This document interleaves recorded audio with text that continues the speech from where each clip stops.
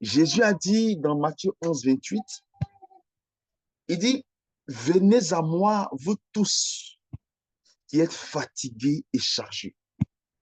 Et quand Jésus parle, Jésus ne fait pas exception de certaines personnes. Non, Jésus ne catégorise pas les personnes qui sont habilitées à venir à lui. Quand Jésus dit venez à moi dans Matthieu 11, 28, Jésus parle aux non-chrétiens, Jésus parle aux chrétiens, Jésus parle aux croyants, Jésus parle aux célibataires, il parle aux mariés, il parle aux prêtres, il parle aux diacres, il parle aux cardinaux. Nous avons tous besoin de Jésus. Peu importe notre place dans l'église. Frère, toi qui m'entends ce soir, tu as besoin de Jésus. Jésus est le seul chemin. Il est la seule vérité et il est la seule vie. Et en dehors de Jésus, il n'a point de salut. En dehors du Christ, il n'a point de salut. C'est pourquoi je me laisse guider par le Saint-Esprit dans cette introduction. Et l'Esprit Saint met à mon cœur de dire cette phrase. Il est important que chacun de nous, nous puissions revoir notre position vis-à-vis de Jésus. Il est important que chacun de nous, nous puissions revoir notre marche à la suite de Jésus. C'est vrai que on, on attend des réponses. C'est vrai qu'on attend des signes de la part de Dieu. C'est vrai que le Seigneur nous accordera sa grâce. Nous sommes bientôt en 2024, le Seigneur fera des choses pour nous. Mais frère, la position dans le monde spirituel, l'autorité que tu peux avoir dans la prière, au-delà de tous ces thèmes que nous abordons, on a abordé les psaumes, nous avons abordé l'oraison, le rosaire, on va aborder bientôt la prière d'action, de grâce, le parler en langue, tout ce que tu peux imaginer. Mais c'est Jacques qui a raison. Jacques dit, la prière du juste a une grande efficacité. Jacques chapitre 5, verset 16. Cela veut dire quoi? Cela veut dire que tu vas beau, et je vais beau prêcher, tu vas beau écouter le message de ce soir, pour que ta prière ait de l'impact dans le monde spirituel, pour que ta prière soit efficace pour tes enfants, pour ton conjoint, pour ton mari, pour ta destinée prophétique, pour ta famille, pour ta société, pour tes projets, pour que ta prière soit efficace dans le spirituel et dans le naturel. Jacques dit, il faut que tu sois juste. Alléluia. Alors, si nous ne sommes pas justes devant Dieu, si nous ne sommes pas justes devant Dieu, nos prières ne seront pas efficaces. Prends ta position ce soir et laisse-toi véritablement enseigner par la parole de Dieu. Nous allons prendre nos Bibles. Je veux que tu prennes ta Bible là où tu es. On va lire un texte qui est tiré de Luc. Luc chapitre 9 à partir du verset 28. 8 jours environ après avoir prononcé ces paroles, Jésus prit avec lui Pierre, Jacques et Jean et il gravit la montagne pour prier. Je reprends. 8 jours après avoir prononcé ces paroles, Jésus prit avec lui Pierre, Jacques et Jean et il gravit la montagne pour prier. Alors, la Bible déclare que 8 jours après avoir prononcé des paroles. Mais quelles sont les paroles que le Seigneur a prononcées? Quand vous lisez plus haut, vous vous rendez compte que Jésus va dire à ses disciples que beaucoup de ceux qui sont présents ici ne mourront pas avant d'avoir reçu et vu le royaume des cieux. Et après avoir dit ces paroles, et 8 jours après ces paroles, Jésus-Christ maintenant va permettre aux paroles précédentes d'avoir leur accomplissement. Il prend ses apôtres, Pierre, Jacques et Jean, et il monte sur une montagne pour prier. Et le terme qui est utilisé ici, c'est gravir la montagne. Vous savez, la vie de prière est une lutte. Ça, je vous assure, c'est une lutte perpétuelle. Si quelqu'un pense qu'il aura une formule magique, il aura un type de prière qu'il va activer et qui va lui donner une réponse toute faite, je peux te dire que tu risques de te tromper. Parce que c'est une expérience où, à chaque étape de la vie chrétienne, nous devons débloquer les niveaux spirituels. Et il y a des occasions où le rosaire sera important, mais il y a des occasions où l'oraison sera importante. Il y a des occasions où la prière en langue sera importante. Il y a des situations où la messe fera l'effet. Dans certaines circonstances, ça sera une prière de repentance qui va te donner véritablement de recevoir la guérison. Et quand vous côtoyez les exorcistes catholiques, ceux qui sont aguerris dans le combat spirituel, dans la lutte contre l'enfer, ils vont vous dire ceci, que chasser le démon n'est pas le plus important.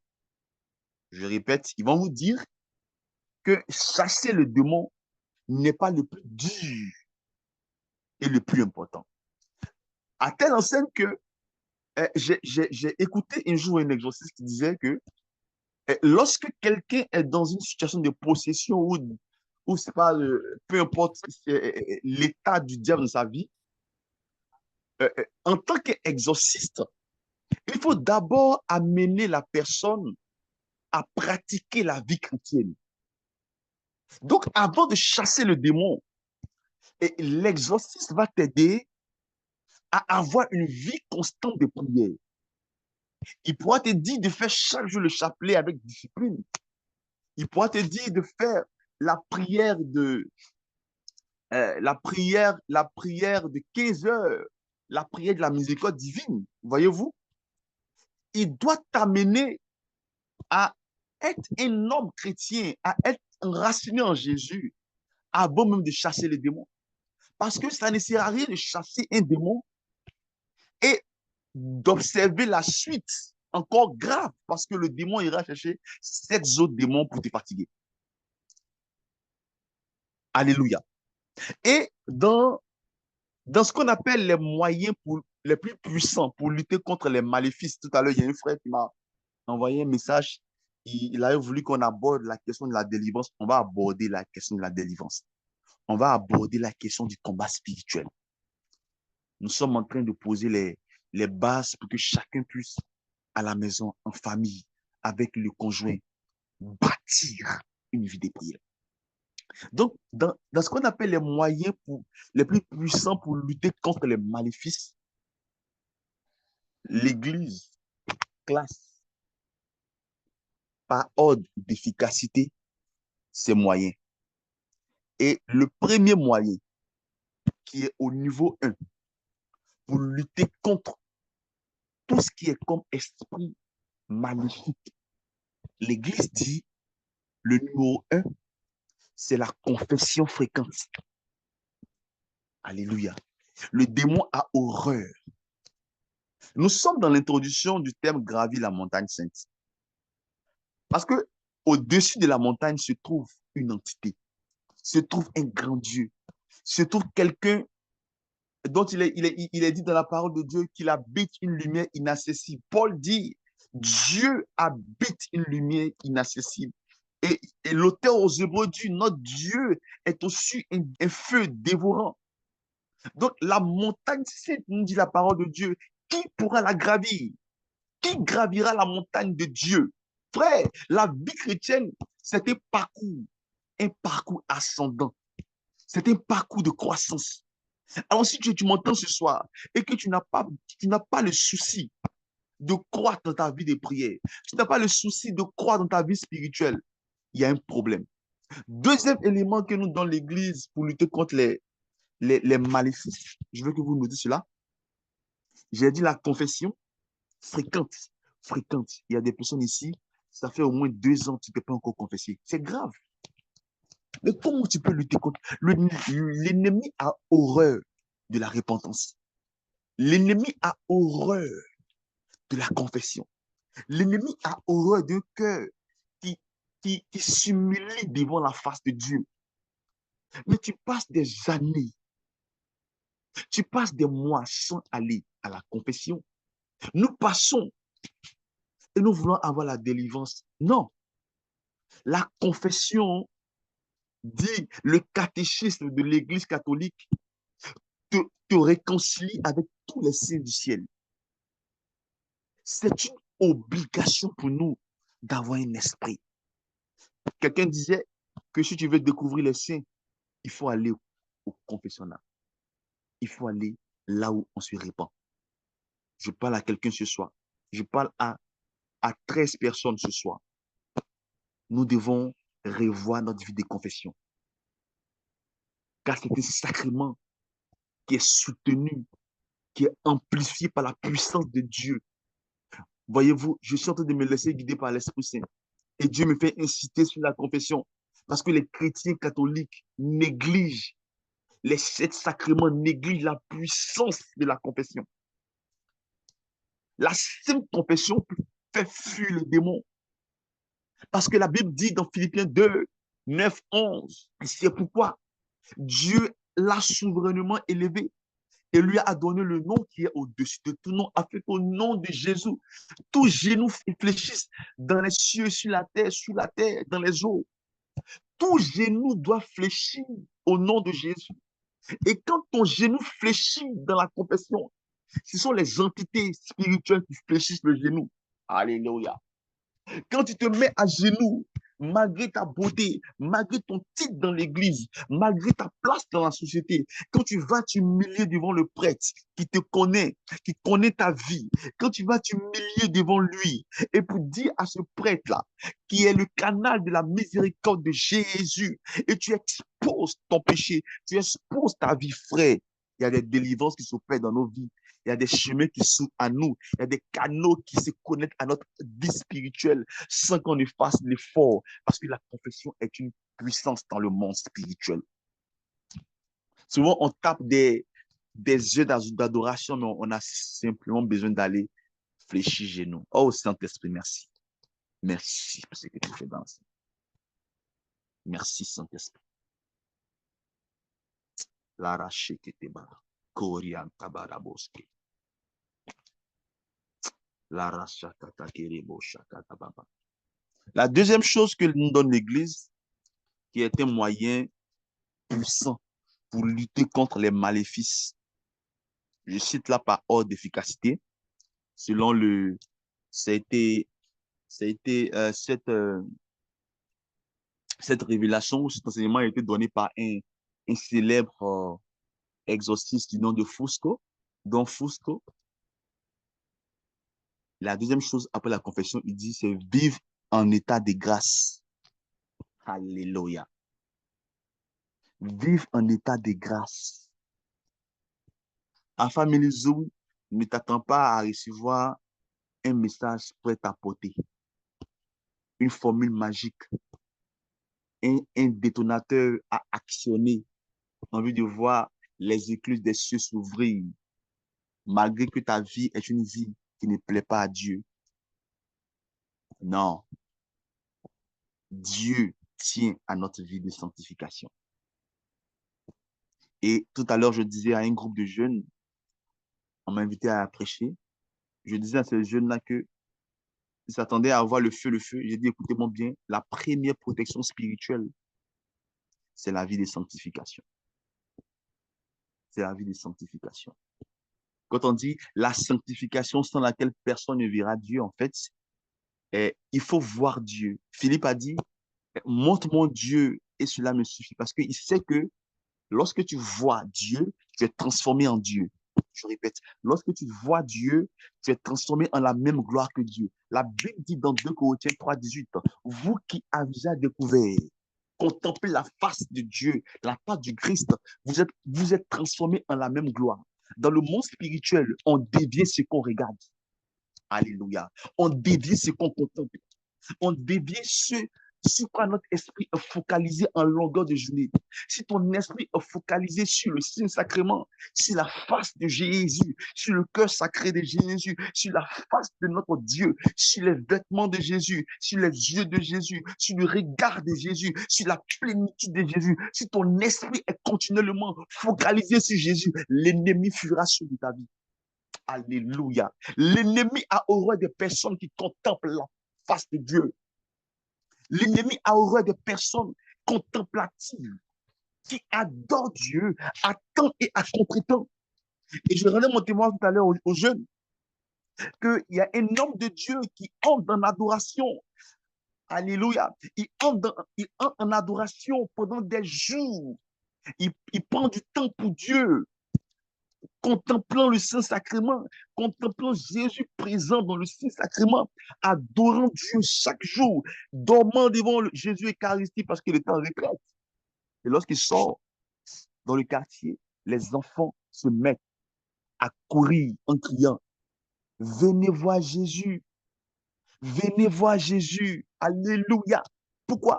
Parce que pendant qu'il adorait, Exode 34 s'est manifesté. La Bible dit, lorsque Moïse quitte la montagne, descend dans le camp des Israélites, les Israélites crient, ils disent à Moïse, ta face est illuminée. Et la Bible dit, Moïse ne savait pas que pendant qu'il parlait à Dieu, dans l'adoration, dans l'oraison, dans la contemplation, pendant qu'il parlait à Dieu, son visage était rayonnant. Alléluia. Nous cherchons les formules magiques, mais je vous dis ce soir que la vie spirituelle, la vie mystique réside dans la contemplation de notre Seigneur Jésus. Alléluia. Contemple Jésus dans ta souffrance, maman. Toi qui m'entends, toi qui es couché actuellement,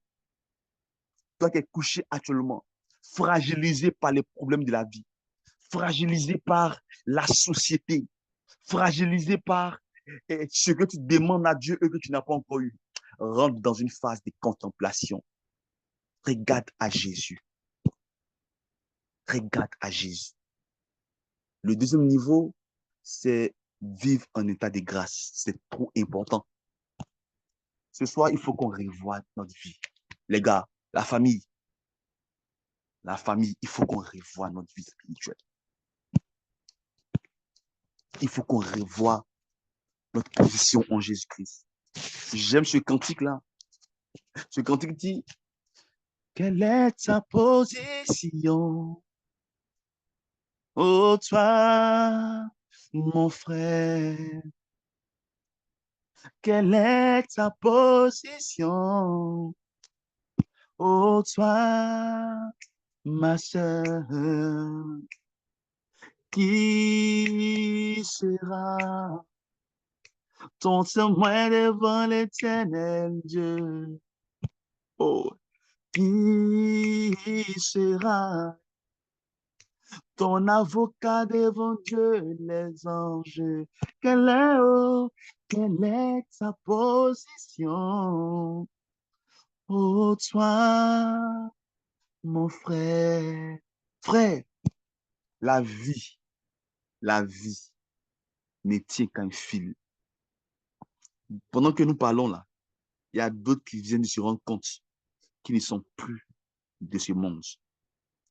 Et on comprend l'Église catholique lorsque on a l'impression que elle est calme, mais en fait, l'Église nous présente le chemin pour aller au ciel par la pratique des sacrements. L'Église n'est pas impressionnée par le feu, par le signe. D'ailleurs, dans les critères de canonisation, on ne se focalise pas sur les miracles de la personne. On se focalise sur ce qu'on appelle l'héroïcité des vertus. Alléluia. C'est-à-dire comment la personne a fait sur la terre pour plaire à Dieu, pour fuir le péché, pour être enraciné en Jésus. C'est ce qu'on regarde. On regarde la dose de l'amour. On regarde la ferveur spirituelle de la personne. Alléluia. On regarde la citoyenneté céleste de la personne, bien qu'étant sur la terre. Les signes, les miracles viennent après. Ce soir, si Dieu tape, si Dieu active un bouton, toi et moi, quel sera notre sort? C'est ça d'abord. C'est d'abord le salut de nos âmes, frère. Nous devons, nous devons être sûrs à 100% que notre âme est bien dans la direction de Jésus. C'est pourquoi moi, je te parle ce soir directement. Il faut faire un bon choix avec Dieu. Souvent, d'autres font l'écoute spirituelle, ils vont raconter tous les problèmes. Mais tu vis dans l'adultère, ma soeur. Tu as des sextoys. Tu te masturbes avec des jouets, en fait. Tu détruis ton âme. Il y a une vie qui ne plaît pas à Dieu. Et chacun a sa vie intime. Vous savez, il est dit dans Romains chapitre 2, verset 16. Romains 2, 16 dit quoi? Dieu jugera par Jésus-Christ les actions secrètes des hommes. Dieu ne juge pas l'action publique des hommes. Dieu juge l'action secrète qui accompagne l'action publique. Si ce soir, je fais une action publique qu'on appelle prêcher sur Family Zoom et que l'action secrète qui est dans mon cœur, là, c'est orienté vers l'orgueil ou vers le matu vu, je serai jugé par ça. Alléluia. Dieu regarde la vie secrète, ma soeur, mon frère. Dieu ne regarde pas ta vie dehors.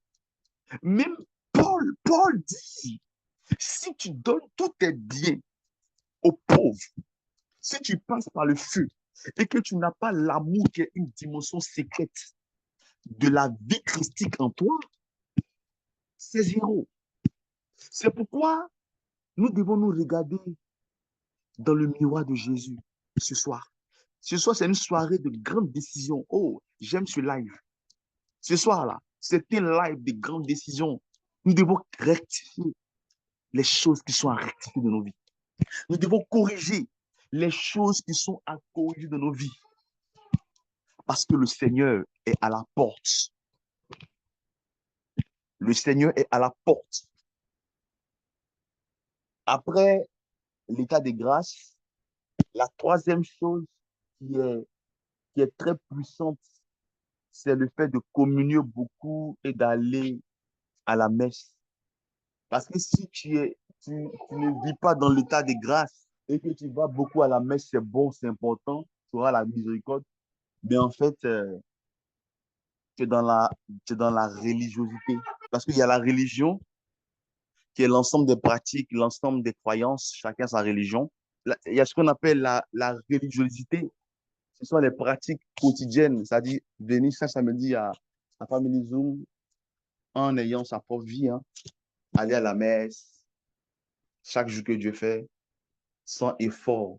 Ce soir, ce n'est pas une prédication de jugement, c'est une prédication où nous tous, moi, le premier, nous tous, nous serons face au miroir de Jésus. Chacun, après ce Zoom-là, chacun va regarder sa vie pour parler à Jésus directement. Et après, la religiosité, qui sont les pratiques quotidiennes que nous faisons, ces pratiques sont importantes, hein, mais il y a une autre dimension au-delà de la religion et de la religiosité qu'on appelle la vie dans l'esprit. Ce qui est important, c'est la vie dans l'esprit. La vie dans l'esprit. La vie dans l'esprit. Marcher. Vous savez, j'appelle une dimension euh, euh, l'équilibre de la vie. Croire en Dieu. Ça, c'est un. Accepter Jésus. Deux. Et marcher dans l'esprit. On ne fait jamais l'un sans les deux autres. Si tu crois seulement en Dieu et que tu n'acceptes pas Jésus, il y a un problème pour ton salut. C'est pourquoi si tu es musulman, si tu es tu es dans une religion où tu crois en Dieu et tu n'acceptes pas Jésus, il y a un problème. Si tu crois en Dieu et que tu as accepté Jésus, il y a encore un problème si tu ne marches pas dans l'Esprit Saint. Alléluia. Donc, l'équilibre de la vie spirituelle, c'est croire en Dieu, accepter Jésus et marcher par l'Esprit Saint pour arriver à bon port. La quatrième chose, le quatrième moyen pour lutter contre les maléfices, je répète et je recommence. Moyen numéro 1, la confession fréquente. Numéro 2, vivre en état de grâce. Numéro 3, pratiquer la sainte messe et la communion quotidienne. Le quatrième moyen, aïe, aïe, aïe, aïe, qui va te permettre, qui va te faire fuir le diable. Et c'est ce moyen-là qu'enseignent les prêtres exorcistes. Après la sainte messe, c'est ce qu'on appelle l'adoration eucharistique. On parlera plus tard de la puissance du Saint-Sacrement. Je suis allé un jour dans un monastère, à une retraite, et il y a un moine qui m'a dit, mon petit, viens.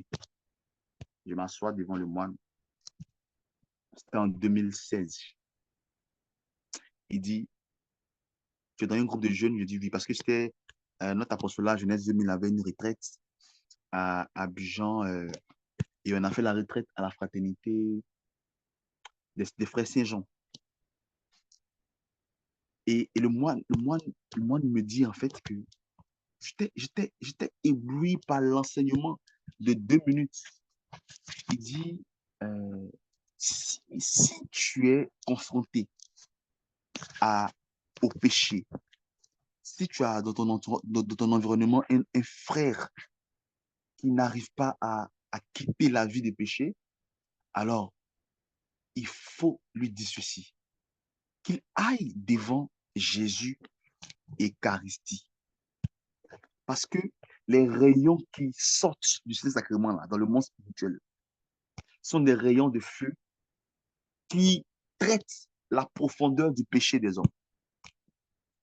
C'est-à-dire, tu ne fournis pas d'effort. Est-ce que celui qui veut se faire opérer de l'appendicite, est-ce que sur le lit d'hôpital, là, il est agité? Est-ce qu'il dit, opère-moi, chirurgien, coupe ici, viens? Non, il est endormi, il est anesthésié. Et puis le chirurgien, maintenant, qui est expert dans le domaine, extirpe le mal de son corps. Lorsque nous sommes malades à cause du péché, malades à cause des œuvres des ténèbres, malades à cause des soucis de ce monde, quand nous allons au Saint-Sacrement, nous allons en chirurgie spirituelle. Alléluia! Et quand nous sommes dans la présence de Jésus Eucharistie, les rayons de Jésus, les anges qui y sont, dans notre calme, chaque jour que Dieu fait, ils vont enlever le mal. Ils vont délier les liens. Ils vont dénouer les nœuds. Ils vont extirper de notre corps le venin du péché. Tous ceux qui pratiquent le Saint-Sacrement quotidiennement et dans la révélation auront forcément leur délivrance. C'est un sacrifice parce que tu payes tu prends du temps devant Jésus. C'est un sacrifice. Hein? Tu es assis souvent, tu es évasif. Mais tu crois. Vous savez comment j'ai eu la révélation du Saint-Sacrement? Non, mais ça m'a traumatisé. En fait, l'Esprit m'a donné, il m'a dit ceci. Est-ce que tu te rends compte que le seul endroit au quartier où il y a une paroisse, où Jésus est vraiment présent, alléluia, où Jésus est totalement présent, où Jésus est corporellement présent, c'est aussi sacrement. En fait, quand j'ai eu cette révélation, ma tête a commencé à battre. Il dit, mon fils, les gens ignorent, les gens laissent Jésus-Christ seul dans l'église et ils partent ailleurs chercher les solutions. Jésus est vraiment là. Dans toutes les paroles du monde, le Christ, il est assis il est assis au Saint-Sacrement comme ça. C'était un mystère. Et quand j'ai compris ce mystère, waouh, ma vie de prière, ma vie spirituelle a pris tout nu. Parce que je pouvais aller 2 minutes, je parcourais des kilomètres, juste 2 minutes, et puis je retournais à la maison. Et je me rappelle, un jour, je suis juste allé au Sacrement, j'ai parcouru des kilomètres. Alléluia. Et arrivé là-bas, j'étais essoufflé, je devais retourner au travail, j'étais en retard. Et quand je suis entré net, j'ai fait le signe des croix et je suis sorti. Quelqu'un m'a dit, mais attends, je suis bête. Non, une seconde passée devant Jésus réel. C'est toute une éternité de grâce, de bénédiction, de révélation qui s'imprime et qui se télécharge de ton corps, de ton être spirituel. Une seconde devant Jésus est suffisant pour que le miracle s'opère dans ta vie. Les catholiques, nous avons des trésors, mais nous dormons. Quatrième élément, c'est un moyen de lutte contre les maléfices après l'adoration eucharistique. L'Église cite la prière et on dit surtout la prière du rosaire. Donc, ça veut dire que depuis 3 mois, on aborde la prière. En fait, on aborde la prière, on parle de la prière du rosaire.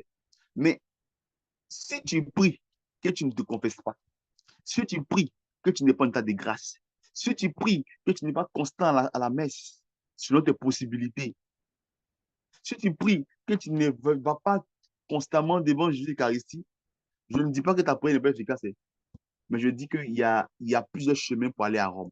Tu vois? Pour aller à Rome, tu peux commencer à marcher. Si tu peux marcher, si à route, marcher là, tu as fait au moins 3 siècles en route. Si tu sais nager aussi, tu peux taper peut-être 1000 ans. Si tu es en véhicule, peut-être au lieu de 1000 ans, peut-être tu feras peut-être 6 mois ou même 1 an en route. Si tu pars en avion, tu feras peut-être 6 heures. Si tu pars en fusée, peut-être tu feras 1 heure. Si tu étudies comment dirais-je, l'avion Concorde qui a une vitesse extraordinaire, peut-être que ça sera en 30 minutes. Donc, tout dépend de l'engin que tu utilises pour aller à Jésus. Si tu utilises l'engin de la facilité, tu vas durer en route. Mais si tu utilises les moyens que Dieu met, qui sont difficiles, qui sont pénibles, qui sont compliqués souvent, on arrivera à bon port. Et le dernier élément pour lutter contre les maléfices, c'est quoi? C'est maintenant, le prêtre aussi dit en fait que c'est maintenant, on appelle ça maintenant chasser les démons. C'est-à-dire l'exorcisme en tant que tel. Donc, chasser le démon, là, c'est en dernière position. Donc, si le chrétien n'est pas conscient, si le chrétien n'est pas formaté dans sa vie spirituelle, n'est pas enseigné à pratiquer la vertu, et puis il s'en va se faire délivrer, le démon va revenir encore parce qu'il n'y a pas de livre de prière. Mais quand il est un vrai chrétien, il est constant dans la prière, dans l'adoration. Quand le démon part, quand il revient, oh, son corps, son âme est scellé par la plénitude de l'Esprit de Dieu et rien ne peut le toucher. Ce soir, je me suis laissé guider par l'Esprit, je suis désolé, les frères. On parlait de gravir la montagne. Et le Seigneur nous donne véritablement de comprendre comment gravir la montagne. Vous savez, ce thème-là, je veux vraiment l'aborder en 2 parties ou en 3 parties. Il y a essentiellement 3 montagnes dans la vie chrétienne. Il y a 3 montagnes dans la vie chrétienne, principalement. Il y a la montagne de Sinaï, qu'on appelle également le mont Horeb. Je vais aller très vite. Il y a la montagne du mont Tabor et il y a la montagne de Sion. Ces 3 montagnes sont 3 niveaux de la vie spirituelle, la vie chrétienne. Ces 3 montagnes sont 3 domaines de prière. Et la première montagne qui est vraiment importante, c'est la montagne du Sinaï, où on appelle encore le mont Horeb. Alors, de façon géographique, sachez que la montagne de Sinaï n'est pas située en Israël. La montagne de Sinaï est située en Égypte. Et prophétiquement, c'est quoi? La montagne de Sinaï est le lieu, rappelez-vous, où Moïse fait l'expérience de Dieu. C'est également le lieu où Dieu descend pour donner les 10 commandements à la parole. Donc, dans la vie chrétienne, tu peux, et nous sommes tous confrontés à la montagne de Sinaï, parce que c'est l'endroit où Dieu descend dans un territoire étranger, dans un territoire ennemi. Sinaï se trouve en Égypte. Et en Égypte, c'est l'esclavage. Je veux dire à quelqu'un, même dans l'esclavage, même dans la tribulation que tu vis, même dans les difficultés financières, dans l'échec, la pauvreté, Dieu a une montagne où il descend. Alléluia. Dieu est tellement gentil. Dieu est tellement bon. Dieu est tellement amour qu'il permet que tu le rencontres, même au milieu de la sorcellerie, dans la famille qui est malmenée par les yeux des ténèbres. Tu peux vivre autour des collègues qui pratiquent la franc-maçonnerie, toutes sortes de sectes. Mais dans cet endroit-là, il y a une montagne qu'on appelle la montagne de Sinaï. C'est le lieu où Dieu descend pour te faire du bien. Et la montagne de Sinaï, c'est quoi en fait? C'est la montagne où Dieu vient à notre rencontre. La montagne de Sinaï, c'est la montagne qui est située au plus profond de nos difficultés. Et quand on parle de montagne de Sinaï, comprenez simplement c'est quoi? C'est l'autel spirituel que tu crées par la prière dans tes moments difficiles. Alléluia. Ne pense pas que la prière sera là dans les moments de joie. Non. La montagne du Sinaï, je reprends, c'est l'autel spirituel de prière que tu crées au milieu des pharaons en Égypte. Dans tes pleurs, maman, dans ton divorce là, alléluia, dans ton renvoi de la société, tu crées une montagne pour dire, Seigneur, je suis en Égypte, c'est vrai, mais je vais fléchir genoux parce que il y a ce qu'on appelle, et on verra bientôt, les hôtels de prière ou les hôtels spirituels. Un hôtel, c'est un endroit qui est une porte d'ouverture entre le monde physique et le monde spirituel. Dieu ne descend jamais dans le monde, dans les règnes spirituels, dans le monde humain là, sans passer par un hôtel. Jamais de la vie. Les anges ne descendent jamais sans passer par un hôtel. Les anges descendent dans le règne des hommes en passant par un hôtel.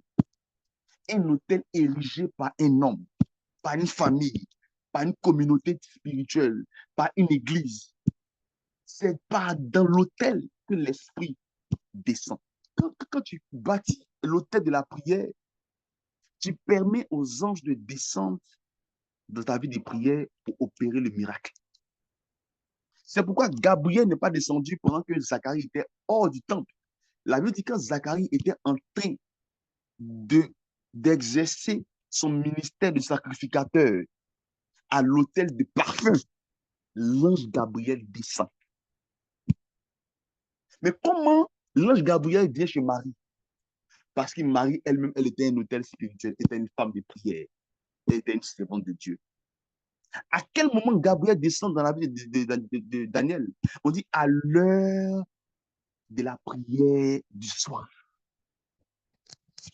Nous voulons que les anges opèrent dans nos vies. Nous devons bâtir des hôtels de prière. Et la montagne de Sinaï, c'est la montagne au milieu, il faut retenir cela. C'est la montagne au milieu de la souffrance. C'est la vie de prière au milieu des difficultés. Ça ne va pas. C'est difficile. Il y a un frère qui m'a envoyé un message vraiment, ça dit, il n'y a aucun mot à dire, car sa vie est terrifiée par le diable. Mais c'est la seule chose qu'on peut dire, Sinaï. Dieu est fidèle à Sinaï. Dieu descend pour parler à Moïse à Sinaï. Moïse était un fugitif. Il a quitté l'Égypte. Il était poursuivi, il était en exil. et de son exil, Dieu les rencontre sur la montagne Sinaï. Ce soir, il y a des personnes qui vont rencontrer Dieu au cœur de leur souffrance, je vous assure. Il est fidèle. Ils vont rencontrer Dieu au cœur de leurs difficultés. Cette nuit même, il y a une personne qui va rencontrer Jésus. Parce qu'en fait, ce que tu vis, il faille que le Seigneur Jésus-Christ te révèle le problème qui est à l'origine de ta situation. Retiens ça. Derrière chaque vie se cache une histoire. Derrière chaque vie se cache la maladie que tu as là. La maladie que tu as là. Et tu as prié, tu n'as pas encore reçu la guérison là. Dis Seigneur, viens sur ma montagne Sinaï.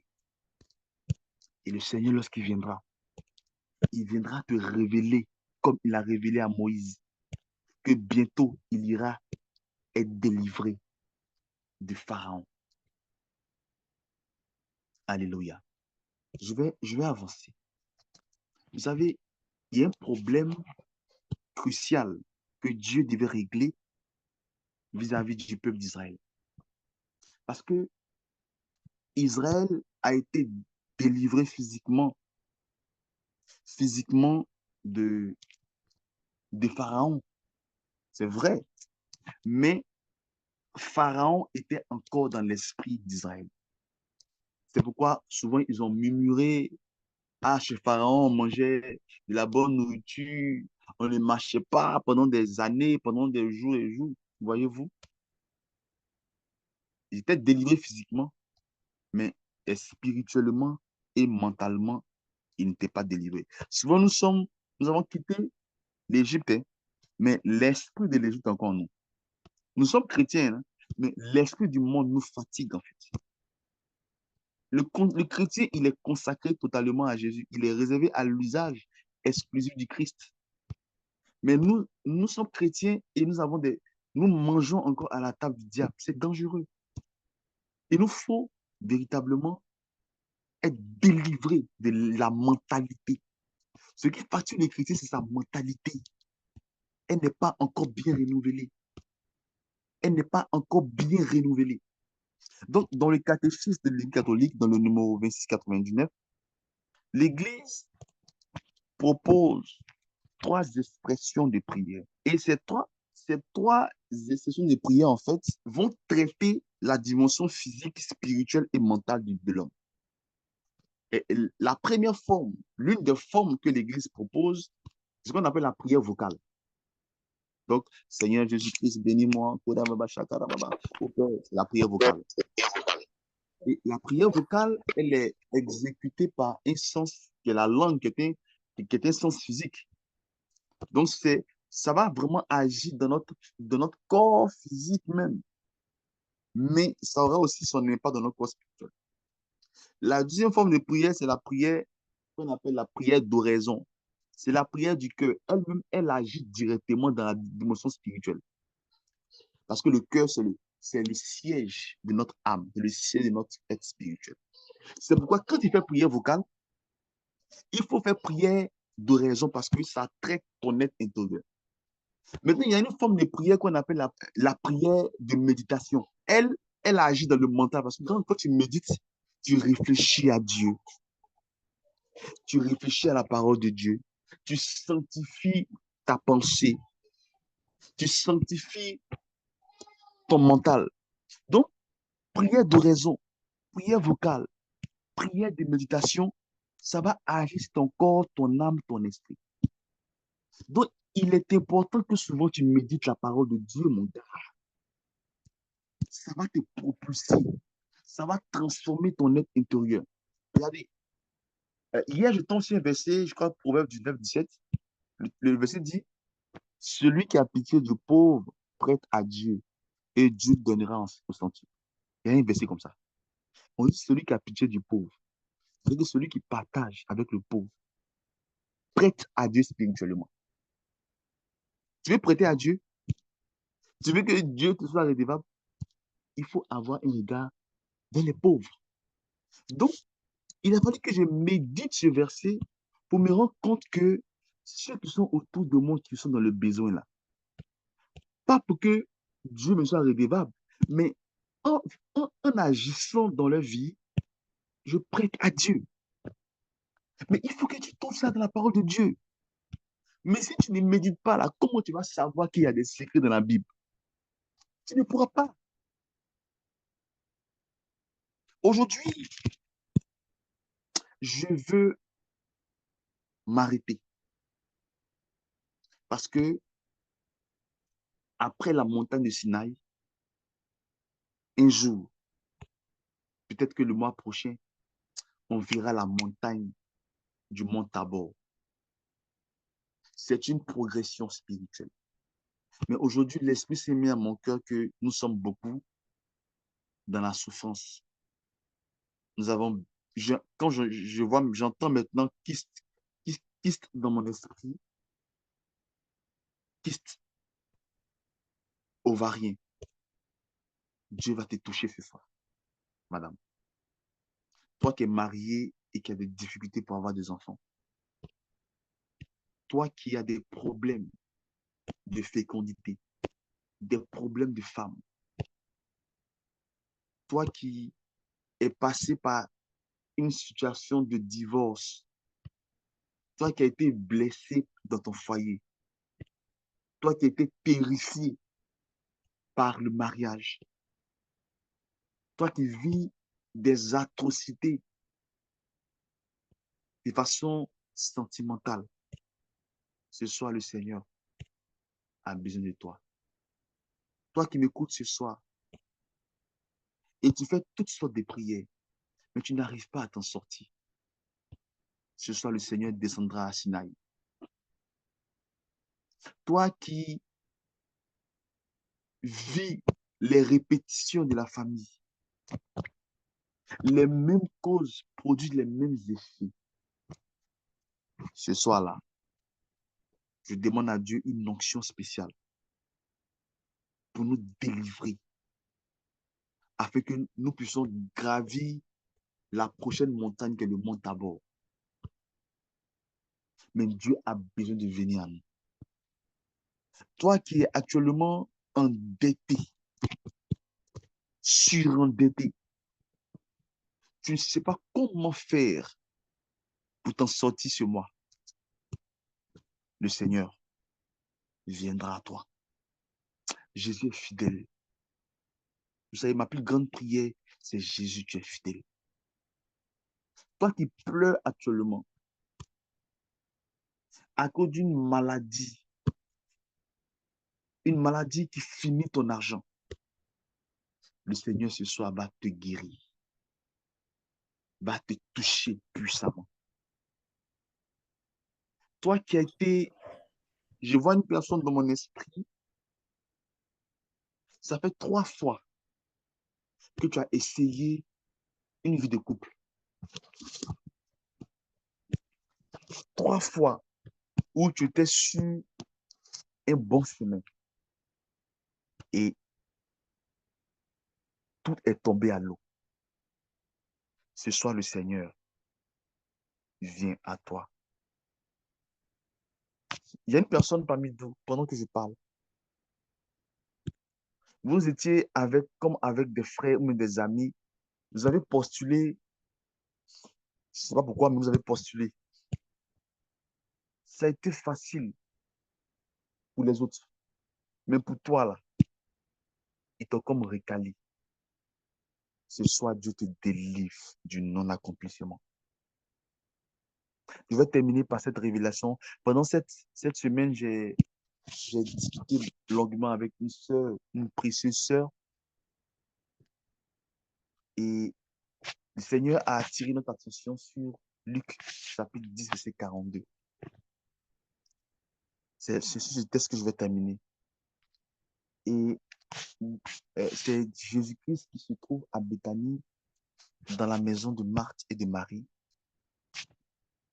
Et Jésus-Christ rend visite à la famille de Lazare. Et Marthe, aimant Jésus, exprime son amour pour Jésus-Christ d'une manière particulière.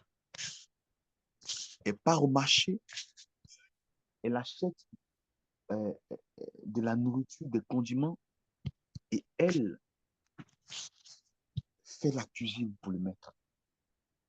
Elle prépare le riz, elle apporte de la boisson, elle coupe les légumes, elle transpire. Et pendant ce temps, Marie, sa sœur, elle est assise. Elle est assise au pied de Jésus. Parce que Jésus-Christ a dit quelque part, lorsqu'il était en train de parler à la femme samaritaine, et que ses apôtres ont apporté de la nourriture, ils ont dit, mais mange. Il dit, non, ma nourriture, c'est de faire la volonté de celui qui m'a envoyé.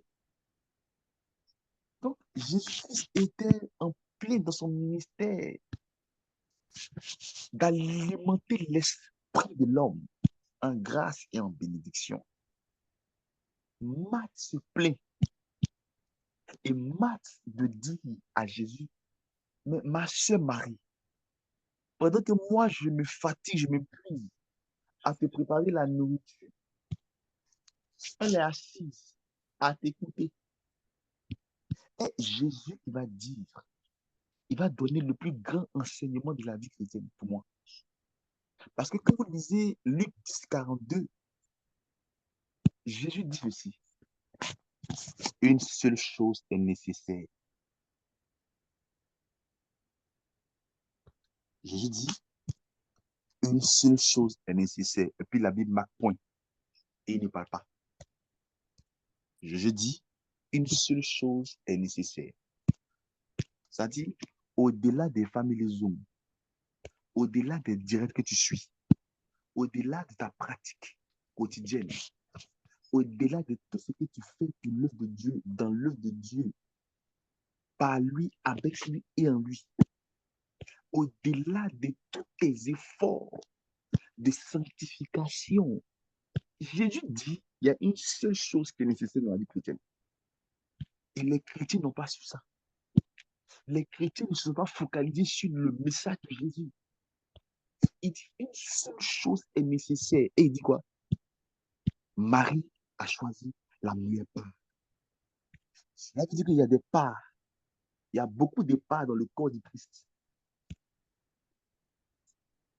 Mais la meilleure des parts de la vie chrétienne, famille, c'est de demeurer au pied de Jésus, dans l'adoration, dans la contemplation,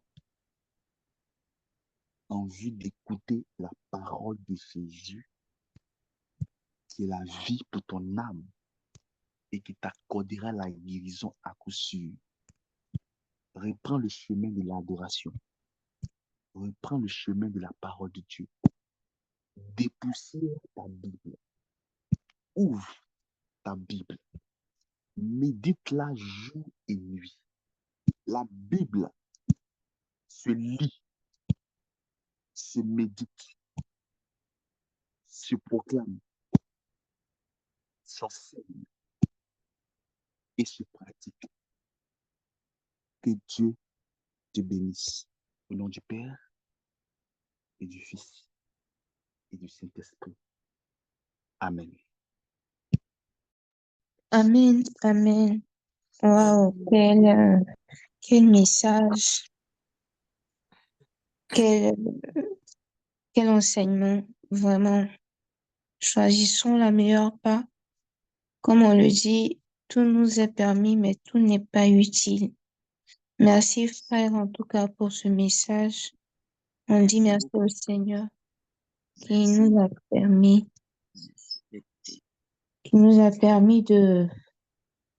enfin, qui est passé par toi, on va dire, pour nous enseigner ce soir. Donc, on va passer au temps des questions. Donc, vous pouvez lever la main, ceux qui veulent poser des questions ou bien faire des additifs par rapport au message que nous venons d'entendre. Et puis, bon, ceux qui n'ont pas l'opportunité de parler là où ils sont, ils peuvent laisser leurs questions dans le chat On va lire au fur et à mesure. Donc, on va pas ouvrir directement le micro comme ça. Vous levez la main afin que, voilà, ce soit un peu plus ordonné. Voilà. Il y a une question dans le chat, je pense. Euh, Aude qui demande si la montagne Sinaï est la même montagne Horeb. Oui, la montagne de Sinaï est la même montagne que le mont Horeb. C'est deux appellations qui sont pareilles. On dit montagne de Sinaï ou souvent on dit mont Horeb. C'est la même montagne. Voilà. D'accord. On a un autre frère qui demande à quelle fréquence se confesser.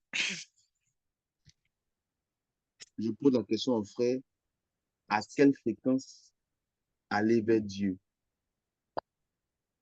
On va vers Dieu autant qu'on le peut. On se fait, on va à la confession autant qu'on le peut. Voilà. Et je ne te dirai pas d'aller à la confession chaque semaine, chaque mois ou chaque jour, mais tout dépend de ton niveau d'attachement à Jésus. C'est si quand tu es attaché à Jésus, quand tu es attaché à Jésus, que tu passes une journée dans le péché, le lendemain, le lendemain, tu auras le désir d'aller te confesser. Parce que tu es dans une proximité avec le Christ, tu vois. Vous êtes un, et quand tu l'as blessé, voilà. Donc, tu peux aller te faire la confession selon le programme des prêtres. Euh, Tout va dépendre de toi, de ce que l'Esprit Saint te mettra en cœur. Mais quand même, il faut avoir un plan au moins de confession, au moins une fois. Et là, même, je ne parle également parce que moi-même qui parle, pas que je pratique chaque fois la confession, mais quand on prêche la parole de Dieu, en fait, c'est on prêche pour soi et on prêche pour tout le monde, en fait. Donc, nous devons vraiment pratiquer la confession au moins chaque mois, chaque semaine, en tout cas, selon ton degré et ton désir de sanctification, en fait. Voilà, c'est un peu ça. Amen. Blanche, on a Blanche qui veut poser une question. Blanche, tu peux ouvrir ton micro pour poser ta question. Merci, ma sœur. Bonsoir, frère, et merci pour ce puissant enseignement. J'aurais souhaité que le frère détaille un peu plus ce qu'il entend par hôtel de prière, que ce soit vraiment un peu plus explicite. Merci. D'accord. Alors, je disais tout à l'heure qu'un hôtel, c'est un endroit qui permet à une divinité ou à une entité spirituelle de descendre dans le monde physique. Et il y a deux types d'hôtels. Il y a les hôtels maléfiques, il y a les hôtels divins. Et dans les hôtels maléfiques, il y a ce qu'on appelle les hôtels naturels, les eaux, les montagnes, les forêts, les talismans, non, les eaux, les montagnes, les forêts, tout ce qui est naturel. Et il y a les hôtels artificiels, c'est-à-dire les gris-gris, en fait, les bagues, voyez-vous, les livres diaboliques, tout ce qui peut permettre à une entité d'entrer dans la vie. Et là, j'aimerais que Dieu merci pour la question. Souvent, nous sommes dans les maisons, nous vivons des combats spirituels qui se répètent parce que quelqu'un est allé chez un marabout et on lui a donné un gris-gris, en fait, qui est un hôtel. Ne regardons pas la taille de la bague ou bien la taille du gris-gris, mais derrière ce petit gris-gris se cachent des esprits territoriaux terribles. Donc, c'est ce qu'on appelle les hôtels maléfiques. Maintenant, quand on parle de l'hôtel de prière, l'hôtel de prière sera caractérisé en fait par trois choses. Parce que Jésus va dire dans Jean 4, 24, lorsqu'il parle avec la femme samaritaine, il dit, ce n'est désormais, vous n'allez pas prier sur telle montagne ou à Jérusalem, mais les vrais adorateurs vont adorer Dieu en esprit et en vérité. Jésus est en train de dire qu'il y a une montagne spirituelle qui est dans l'esprit de l'homme, sur laquelle on doit monter dans la prière. Et l'autel de prière, c'est en fait l'autel spirituel que tu crées dans le monde spirituel par tes prières fréquentes, quotidiennes, est sacrificielle. Je m'explique. Je suis très, un exemple, je suis très engagé dans le monde professionnel. Je n'ai pas du temps. Je n'ai pas assez de temps pour prier. Mais, mais malgré ça, à cause de mon amour pour Jésus, je réserve chaque jour euh, 3 heures du matin comme heure d'alliance pour Dieu.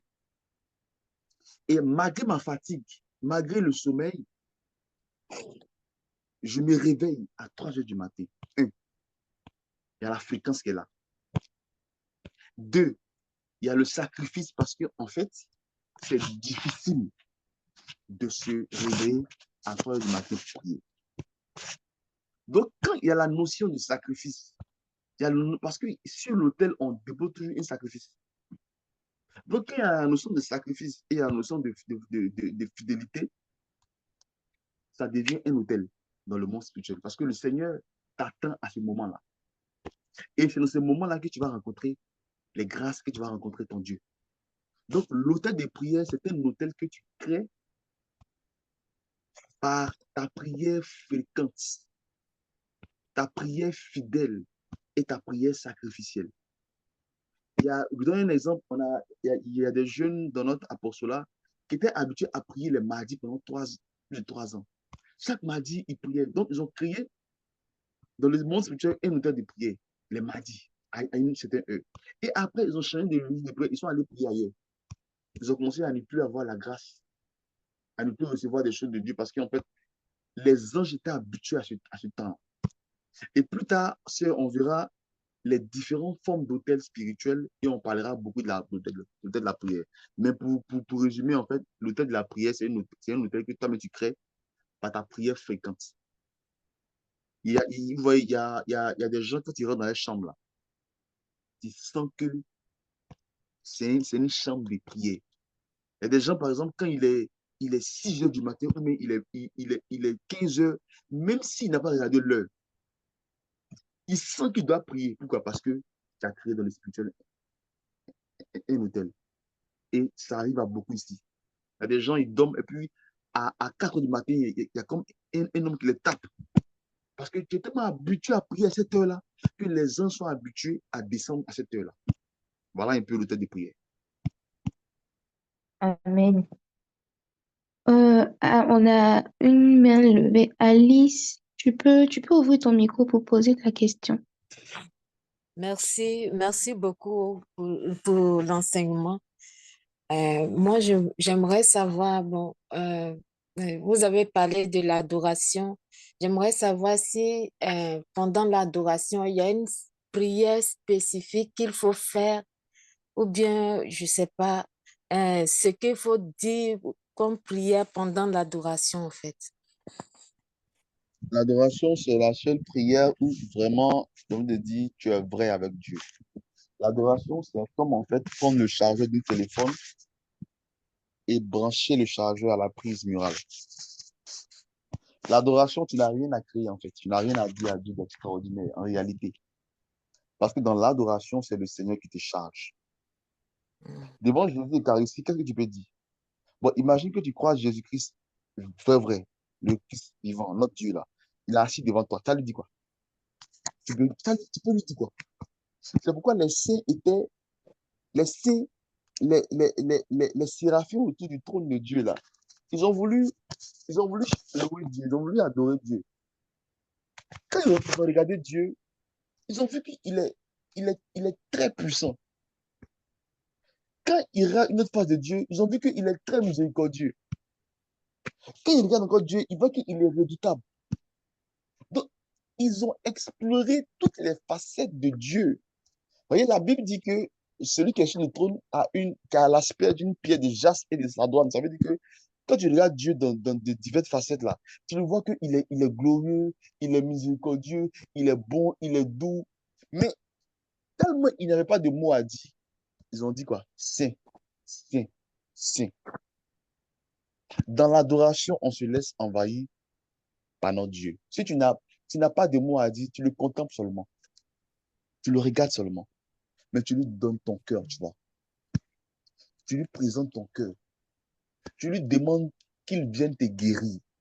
Parce que quand, quand tu rentres chez le médecin, tu as fini de dire, médecin, j'ai la fièvre, j'ai des courbatures. Là, tu viens dans la prière au nom du Père et du Fils. Et quand tu fais du voir, tu te tais, non? C'est lui maintenant qui va te donner le diagnostic. C'est lui maintenant qui va te toucher, prendre la température, t'administrer le médicament, la posologie. Donc, il y a un moment où tu parles au médecin par ton entrée dans la prière d'adoration et il y a un moment où tu laisses le médecin te guérir. Amen. Amen. Amen. Merci beaucoup. Amen. On a des questions dans le chat. Alors, on a Aude qui demande, en gros, graver une montagne et de construire un hôtel de prière par rapport à la situation dans laquelle on se trouve. Ai-je bien compris, la montagne Sinaï est de demeurer dans la prière malgré les difficultés? Justement, je n'ai pas voulu vraiment aborder, gravir la montagne dans tous les compartiments. Mais en fait, si tu as bien suivi mon enseignement, tu vas te rendre compte que la Bible, le texte de base disait Jésus prend ses apôtres et ils gravissent la montagne pour prier. La prière le texte pouvait dire simplement Jésus se trouvait sur une montagne et pour prier. Mais si la Bible a dit gravir les montagnes, ça veut dire que les différentes étapes là, ça veut dire que quand tu vois même, va sur Internet, tu vas voir le mont Sinaï. C'est un mont qui est très bizarre. Il y a beaucoup de compartiments pour monter. Il faut tourner en rond. Il y a des crevasses ici. C'est difficile. C'est ça la prière, en fait. Donc, gravir là, ce sont les difficultés que tu as à prier là. Quand tu vas avoir des difficultés, tu vas persévérer dans des difficultés. Tu vas tenter de gravir les montagnes comme ça. Et quand tu vas arriver au sommet, ta prière sera, ta pensée sera une prière. C'est là maintenant que tu es là et puis les choses se passent dans ta vie par, par un simple clic en fait. Mais il Amen. faut que tu combattes. Et dans le combat de la prière, là, ça s'appelle gravir. C'est difficile de gravir une montagne. Le plus difficile, là, c'est pas descendre la montagne. Hein. La montagne, Dieu est là-bas. Mais comment aller là-bas? C'est bon, on dit qui gravira la montagne? L'homme au cœur pur et aux mains. C'est difficile. Donc, gravir une montagne, en résumé, c'est quoi? Ce sont les différentes étapes de ta vie des prières. Aujourd'hui, tu fais oraison. Demain, Dieu t'inspire autre chose. Tu gravis. Et au final, tu vas atteindre le sommet. C'est un peu ça. Amen. Il y a Kosonou qui a posé une question, mais je pense que tu as déjà répondu ou on demandait la confession combien de fois. Donc, tu avais dit, je pense, en moyenne une fois par mois, une fois par semaine en fonction de notre disposition. Ensuite, on a Gérard Amani qui dit, Berger, je sais que je t'ai déjà dit ça plusieurs fois. J'adore l'adoration, mais souvent je sens rien lorsque je me rends au Saint-Sacrement. Réponds à la question, j'ai pas entendu, s'il te plaît. Réponds à la question. Il dit qu'il qu'il adore l'adoration, mais souvent il ne sent rien lorsqu'il se rend au Saint-Sacrement. Jésus a dit, il faut que ceux qui adorent le Père l'adorent en esprit et en vérité. Adorer en vérité veut dire adorer dans la vérité, quoi. Dans la vérité du fait que tu ne sens rien. C'est une vérité. C'est une pure vérité. Aller dans l'adoration et puis tu ne sens rien. Et puis quand tu vas forcément, quand tu vas encore, tu adores, tu es en train d'adorer en vérité parce que tu ne sens rien. Tu ne reçois rien. La vie spirituelle n'est pas une vie où il y a un tableau, écran géant. Quand tu appuies un bouton là-bas, tu vois les anges, tu vois les signes, tu vois ta solution. Non! C'est une vie où on gravit la montagne. Tu vas à l'adoration, souvent tu as sommeil, tu dors. Je dis à quelqu'un, mieux vaut dormir devant Jésus que de dormir devant le diable. Dis Amen. Amen. Donc quand tu vas à l'adoration, c'est pas pour avoir des sensations, mon ami. C'est pour être, parce que c'est ton esprit qui est devant Jésus, qui est devant Jésus. Donc c'est pour que ton esprit soit illuminé de Jésus-Christ. Sentir là, sentir là, c'est pour les, excuse-moi une terme, mais c'est pour les bébés spirituels, ceux qui veulent forcément sentir des choses. C'est ceux qui sont c'est un nouveau converti. Parce qu'il faut que Dieu les fasse sentir des choses. pour qu'ils sachent que vraiment Dieu est là. Mais ceux qui sont esprits, et ils ne sont pas obligés de sentir des choses, mais ils sont simplement dans la présence de Dieu. Et c'est un temps de la présence de Dieu que le Seigneur lui-même remplit ton esprit, te charge. Donc, si tu ne sens rien, persévère, ce n'est pas grave. Parce que quand tu es couché et puis on te fait l'anesthésie globale pour t'opérer là, tu sens quoi? Et tu sens quelque chose. Mais quand tu t'es réveillé, on dit, ils ont enlevé le mal, non? Toi, tu veux sentir ou même tu veux qu'on t'opère? Question. Que Dieu te bénisse. Amen. Alors, il y a Sonia qui dit, je pêche tous les jours en pensée, par action. Comment vivre en état de grâce ou avoir une vie de sanctification au quotidien? J'ai dit tout à l'heure que lorsqu'on veut canoniser une personne, on regarde ce qu'on appelle l'héroïcité des vertus. C'est le sacrifice que la personne a fait chaque jour que Dieu fait pour se rapprocher de Dieu là. C'est ça Dieu regarde. Parce qu'en réalité, on pêche en pensée, en parole, par action et par omission. Mais parmi ceux qui pêchent sur la terre là, combien sont ceux qui font repentance réellement et qui décident de se corriger? C'est ça que Dieu regarde. Dieu ne regarde pas ton état de sainteté, mais il regarde ton effort de sainteté. C'est l'effort de sainteté qui s'est converti en état de grâce.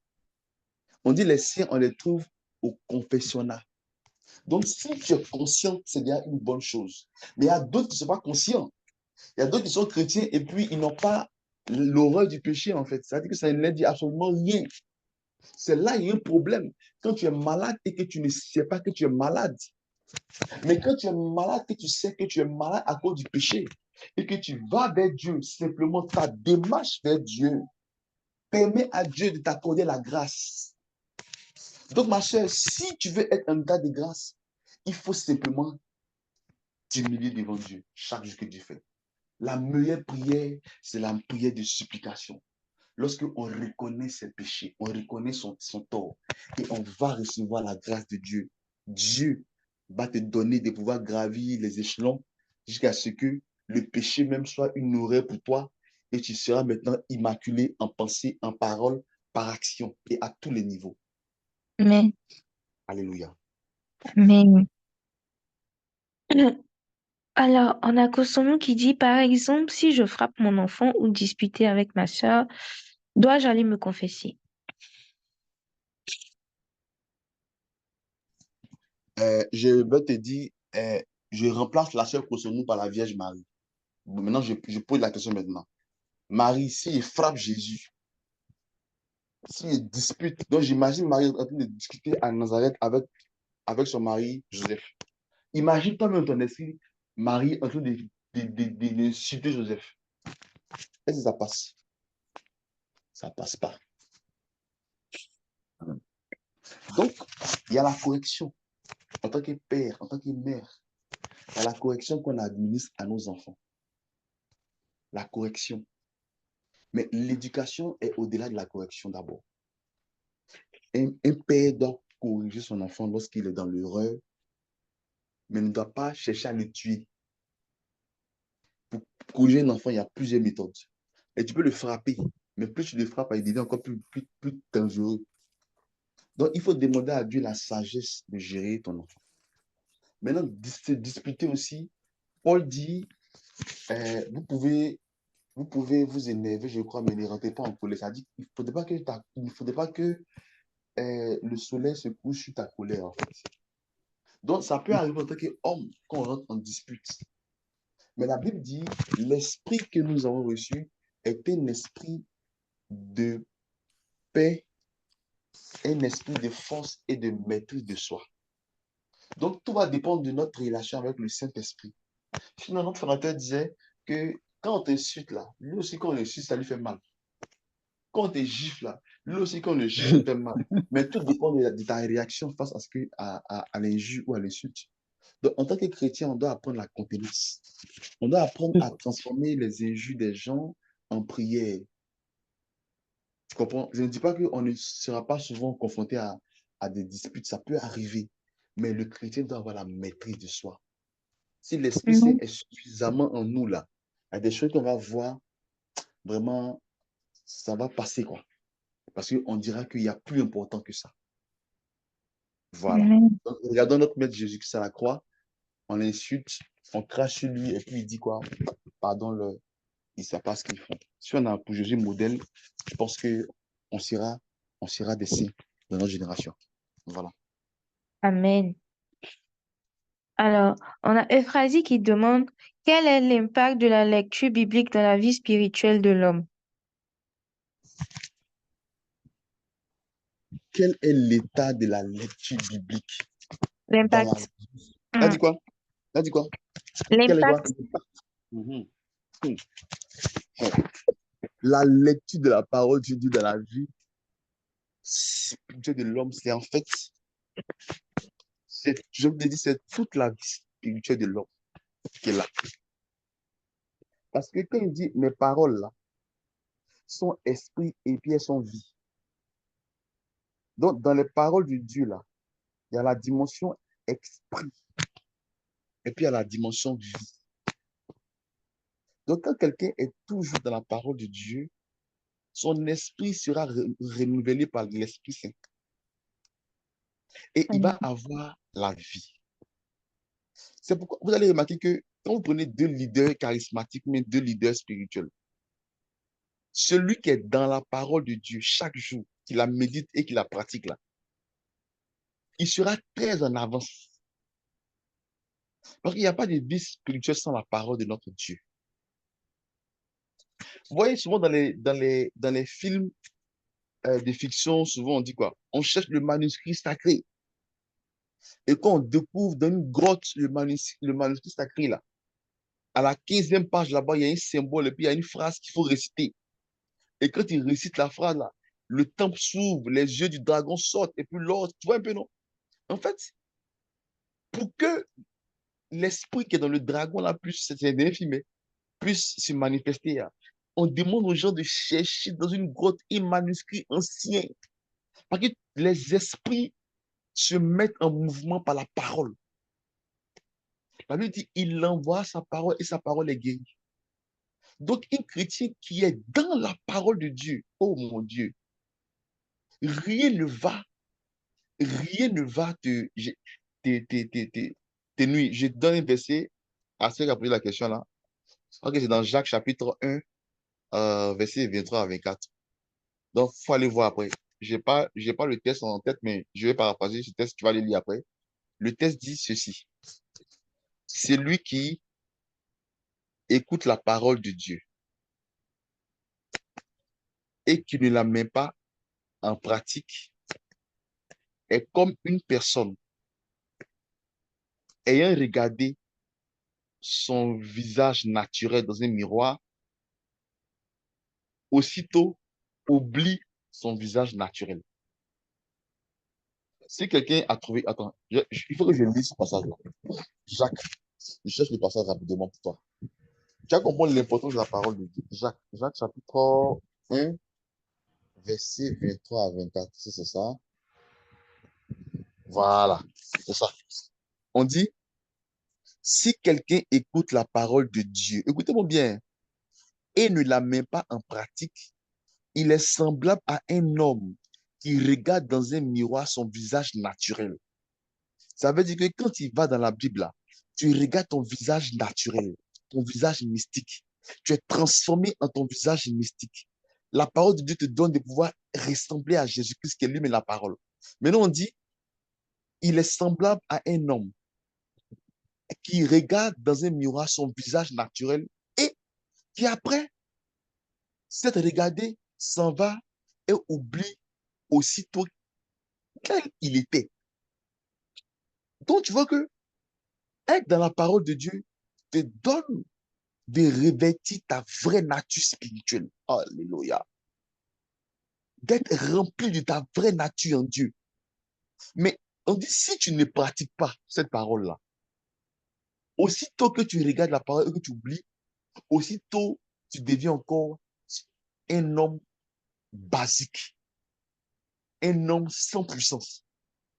Donc, lis la parole et la pratiquer te donne de rester toujours immaculé comme Jésus-Christ, puissant comme le roi des rois. Voilà, c'est un peu ça. Mhm. Alors, on a notre sœur Georgette qui demande, adorer devant Jésus, Eucharistie et devant le tabernacle, est-ce pareil? Euh, Il y a quoi dans le tabernacle? Je crois que le tabernacle, c'est l'endroit où on dépose l'hostie, hein, c'est ça, le Mhm. tabernacle. Jésus, il faut savoir faire la part des choses. Il y a le tabernacle. Si c'était pareil, on n'est pas dit qu'il y a six sacrements, on n'est pas dit qu'il y a un tabernacle. Voilà. Il y a le tabernacle, il y a le Saint-Sacrement qui est exposé. Jésus, il est partout. S'il n'y a pas le Saint-Sacrement qui est exposé, tu te mets devant le tabernacle, tu te mets devant l'autel. Jésus, il est là. Mais s'il y a le Saint-Sacrement qui est exposé, tu n'as pas à aller regarder la chorale pour adorer. Tu n'as pas à aller regarder une statue de Saint Padre Pio pour faire l'adoration.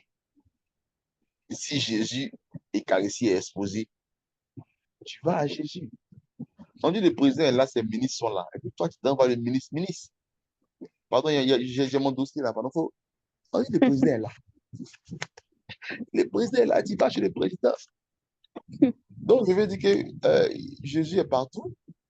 Mais s'il y a la possibilité d'adorer devant Jésus Eucharistie, tu le fais. Si le segment n'est pas exposé, pour ton recueillement, tu peux aller devant le tabernacle, il n'y a pas de souci. Voilà. Ok. Alors, on a Okamba qui dit, comment est-ce qu'on peut bien organiser sa vie de prière? Moi, j'ai vraiment du mal à faire un programme de prière et aller jusqu'au bout. C'est vraiment quelque chose qui me dérange beaucoup. Frère, qu'est-ce qu'on fait? Je vais demander à Anicette. On dit, quelle est la chose qui a été facile pour toi? Elle dit, ce sont les miracles, les signes, les prodiges. On dit pourquoi? Elle dit parce que c'est pas moi qui fais, c'est Jésus qui fait. Donc c'est très facile. Et en demande à la sainte, quelle est la chose la plus difficile pour toi? Elle dit, c'est ma vie de prière. Je vous assure, la vie de prière, pour tout le monde, c'est difficile. La constante dans la vie de prière, pour tous les grands hommes de Dieu, les grands saints, c'est difficile. Saint Dominique a dû peiner dans le rosaire jusqu'à ce qu'il atteigne un niveau de prière. Et ses confrères ont dit quoi? On dit on ne comprenait pas Saint Dominique parce que la nuit, il ne dormait pas. Il priait la nuit et le jour, il était en mission. Et Dominique m'a dit ceci, il dit, la nuit, je parle à Dieu, le jour, je parle aux hommes. Donc, c'est une bataille personnelle en fonction des défis. Yeah. Quand tu travailles et que tu es embauché et que tu as signé un contrat à durée déterminée, quand il est 6 heures du matin, il faut dormir qu'à 9 heures. Souvent, tu es fatigué, tu as sommeil, mais tu te réveilles, tu vas au travail. Souvent, il pleut, tu vas au travail. Même quand tu es malade, tu vas au travail pour prendre quand même bien. Et chaque jour que Dieu fait, tu vas au travail. Mais quand c'est la prière, comme on n'est pas, nous-mêmes les chrétiens, on est de nature, on est un peu paresseux en fait. Donc, on s'est dit que bon, tu es fatigué au début pas. Non, c'est parce que les sorciers t'ont pas, si tu es dans une famille où tu dors à un sorcier dans la maison, hein, tu vas prier bien même. Je vous dis la vérité, c'est pas souvent, il y a pas pression. Quand de ta famille, dans la maison où tu vis, il y a un sorcier qu'on reconnaît. Tu vas voir, l'onction de prière va descendre toute ta vie. Oh, tu vas gêner chaque jour que Dieu fait. Donc, en fait, c'est une discipline que le chrétien même doit se poser. C'est tout. Et la Bible dit, offrez-vous vous-même en sacrifice. On va prêcher sur la prière, mais c'est toi-même qui dois dire, bon, ma vie là, c'est bizarre. Il faut que je me donne les moyens. C'est difficile, mais c'est une fois dans le jour où il prie bien, les moments où je me sens fort. Si tu as sommeil, il ne faut pas prier. Il ne faut pas prendre un temps de prière assez constant. Tu as dormi en fait. Donc, les moments où tu te sens éveillé, peut-être au réveil, tu as fini de te laver, il y a un temps qui est là, tu bombades, tu pries longuement, tu fais ton oraison bien, où tu te sens à l'aise. Et puis après, maintenant, tu vas à tes occupations. Mais il faut trouver du temps pour Dieu. Et c'est chacun qui trouve son temps pour Dieu, en fait, avec l'aide du Saint-Esprit, mon frère. Dieu te bénisse. Amen, amen, amen. Je pense qu'on n'a plus de questions dans le chat. Je ne sais pas si vous avez d'autres questions. Vous pouvez toujours lever la main ou si c'est juste pour apporter un plus à ce que le frère vient de dire. Vous pouvez également lever la main pour intervenir. Sinon, s'il n'y a plus de réaction, on va passer à la prière et puis on va se séparer. Question. Alors, Oui, Diane. oui, dis-nous, tu peux ouvrir ton micro. Ah, c'est un apport. Ok, tu peux ouvrir ton micro. Oui, bonsoir à tous. Bon, Ah, je veux ajouter aussi la consistance dans la prière parce que j'ai écouté un prêtre exorciste qui disait que bon, comme eux, ils ont beaucoup de personnes qui viennent vers eux disant qu'ils pensent qu'ils ont des esprits, qu'ils sont possédés, que ce que eux ils font, ils recommandent 30 jours de prière, et oui, 30 jours de prière de consistance de l'Angélus à 6 heures du matin, à midi et à 18 heures à la même heure pendant 30 jours. Et qu'après ces 30 jours, quand par exemple tu es possédé, il y a un changement dans ta vie. Et s'il n'y a pas de changement dans ta vie, souvent tu as des problèmes mentaux. Et en ce moment, on te réfère vers des docteurs qui vont bon, peut-être te suivre. Et après ces 30 jours encore, il y a une autre étape pour pouvoir discerner que mais quand un chrétien, un catholique décide de prier, il faut toujours choisir une même heure. Que parce que le diable a horreur de ça. Le fait de pouvoir dédier une heure spéciale qu'on respecte tous les jours, c'est vraiment une forte euh, puissance que nous avons, que nous devons utiliser. Voilà, merci. merci, sœur. Merci, sœur, c'est très gentil. Merci beaucoup pour ton apport. C'est ce qu'on appelle les hôtels de prière, là. Voilà, ça a une puissance dans le monde spirituel. Et cela, il faut vraiment avoir de la persévérance. Dans l'enseignement passé, il a été dit que Élie a prié et le feu est descendu. On dit Élie a prié 7 fois. 7 fois sur le site de la perfection. En fait, c'est pas 7 fois, mais c'est de façon infinie, en fait. On dit Élie a prié, prié, prié, prié, la pluie vient pas. Il a prié jusqu'à ce que la pluie arrive.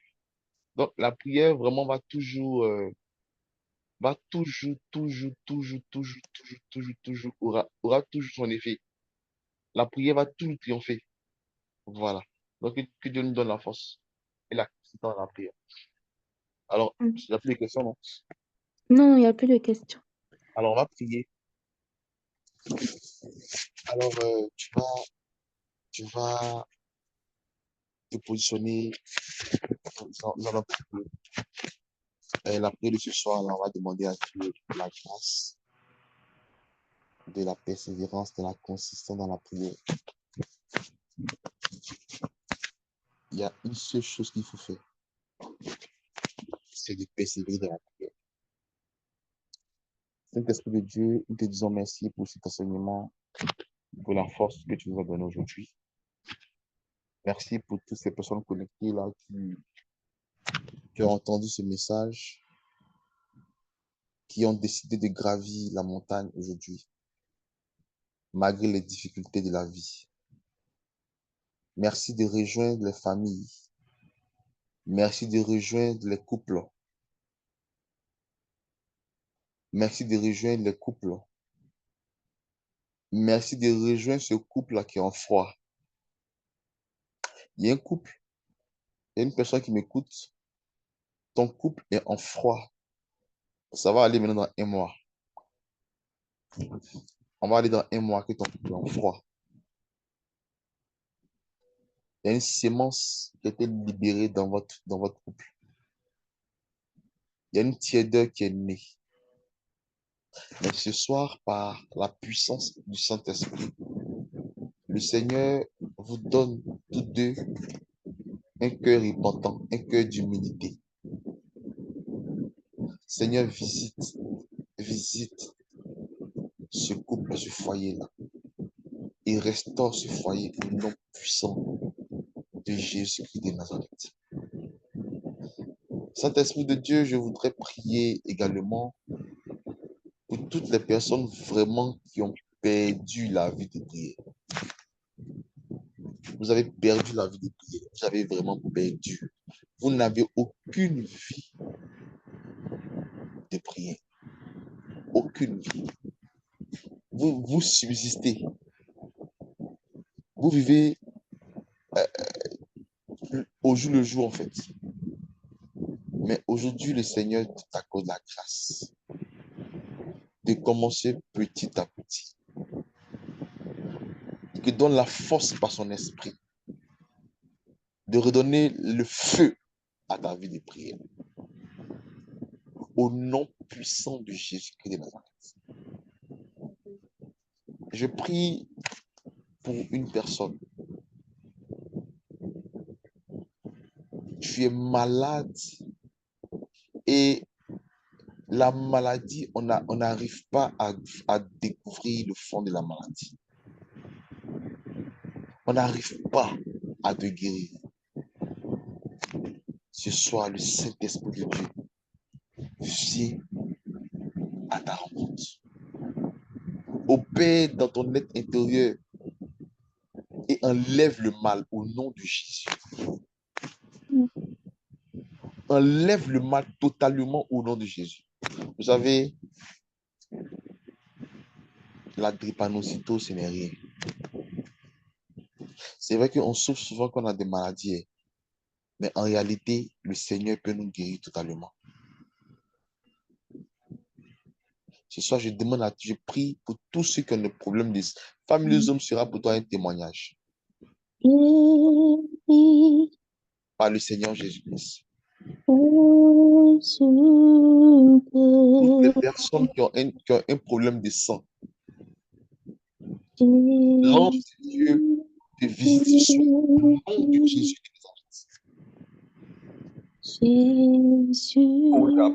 Nazareth. Voyez, pendant que je parle, les hommes sont en opération dans nos maisons. Dieu qui guérit est en train de guérir les familles. Le paludisme répété est cassé au nom de Jésus. Carababa. Il y a des personnes qui m'entendent, quand tu es une femme, tu as un problème d'insomnie. Je veux que tu te manifestes rapidement avec de commencer. Tu n'arrives pas à dormir. Tu n'arrives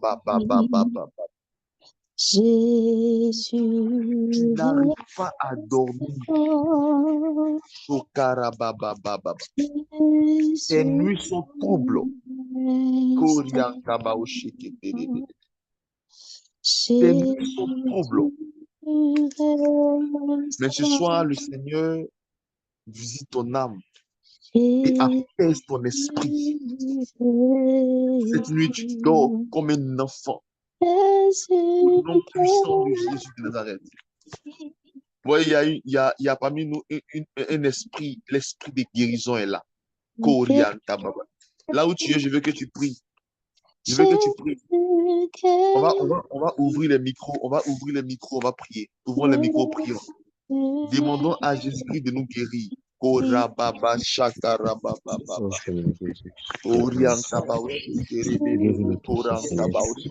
Merci toute Seigneur. maladie, Seigneur. Merci Seigneur. Merci Seigneur. Guéris, Seigneur, toute maladie. Merci Seigneur. Merci Seigneur. Oh, merci, Nous Seigneur, Seigneur, on a tous les guérisons, Seigneur. C'est Seigneur. bon. Merci Seigneur. Seigneur, Seigneur, je veux chacun te de dire nous, merci de pour chaque pour pour ce temps de les familles, prière que tu maison. as prié. Il n'y a Merci, pas Seigneur, trop parce que tu Dieu es que bon. toi. Seigneur. Seigneur, Seigneur, me montrer comment je dois prier. Et nous Seigneur, avons me Seigneur, montrer besoin aussi comment de je dois prier. avancer, comment je dois ton gravir nom les soit le Oh montagnes. mon gloire. Dieu, Seigneur, me priez montrer comme toi, comment je dois Seigneur. faire. Seigneur, me Guéris montrer les malades, les petits que tu Seigneur, dans le nom Tu es de là aussi Jésus. ces avec nous. malades-là que nous Je sommes prie de Euh, venir me guérir de toutes les ces infirmités. tes enfants Mon Dieu, soif, God, au nom pour de cette la grâce, il y a un pas feu. vraiment Il y a un feu dans vos pour maisons. Il y a un feu sur vous. Un feu sur les hôpitaux. Il y a un feu au lit. Seigneur, Un merci, feu dans Seigneur. vos os. Seigneur, guéris-moi. Ba, ba, ba, ba, ba, ba, Seigneur, ba, ba.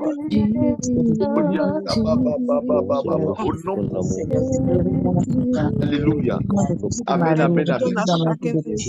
Amen, amen, amen, amen. Béni soit Père. Fermez le micro maintenant. Amen, amen, Guéris-moi, amen, Seigneur. amen. Rakaba, sheke, deke, debo, jaka. Sois loué, sois glorifié, Seigneur. Sois béni, sois béni, sois béni, sois béni. Amen. Fermez le micro. Merci, Saint- Vous voyez, le Seigneur ce soir, je ne sais pas pourquoi, mais il veut guérir des personnes. Il est en train de nous. Je vous dis la vérité, c'est vrai, ça paraît simple, mais le Seigneur est en train de nous visiter puissamment. Il y a une sœur qui a manifesté, la sœur Alice. Elle dit qu'elle a un problème de. Elle n'arrive pas à dormir. Le Seigneur ce soir, il y a un ange qui entre là où tu es actuellement. Un ange qui est entré par la prière et qui va t'apporter une paix du cœur. Tu vas dormir comme un enfant.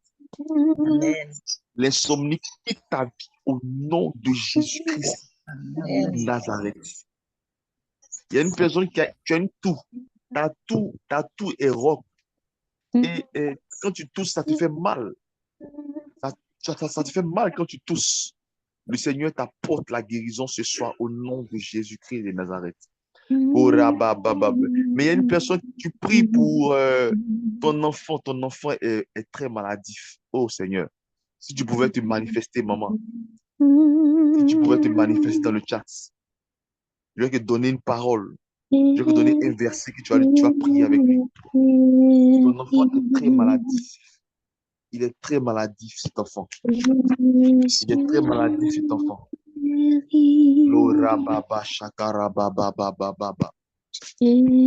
est très maladif, cet enfant. Mais le Seigneur le touche à l'instant T. Le Seigneur le visite. Le Seigneur le visite. Le Seigneur le visite au nom de Jésus-Christ de Nazareth. Le Seigneur le visite.